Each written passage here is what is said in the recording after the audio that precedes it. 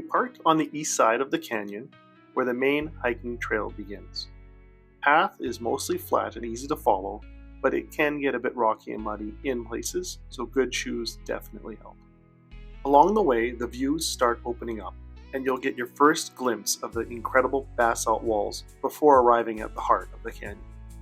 It was about a 3-kilometer hike to get here. It's pretty windy, but I think it was worth it. This is a pretty cool place.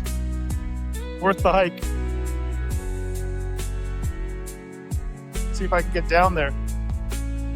Right down there. And I'm glad I've got my rubber boots, as it is mucky.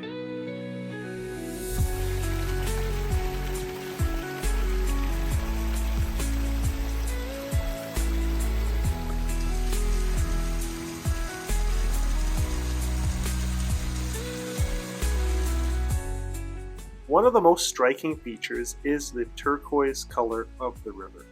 The water gets its vibrant hue from fine glacial silt, tiny rock particles carried down from the glacier.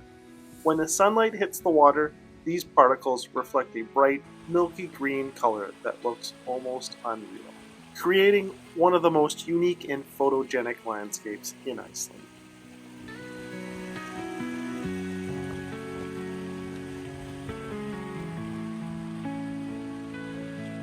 This canyon remained hidden up until about 2009.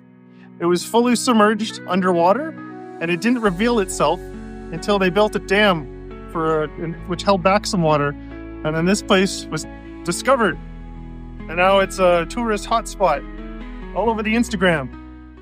The east side of the canyon provides the best experience, requiring a bit of a hike that gets you down into the canyon, while the west side offers a limited view from an upper observation platform.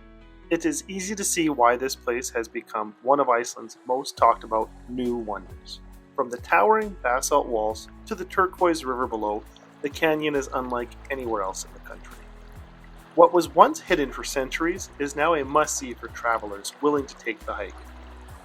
If you enjoyed this journey, don't forget to like, subscribe, and join us for more adventures across Iceland's incredible landscapes.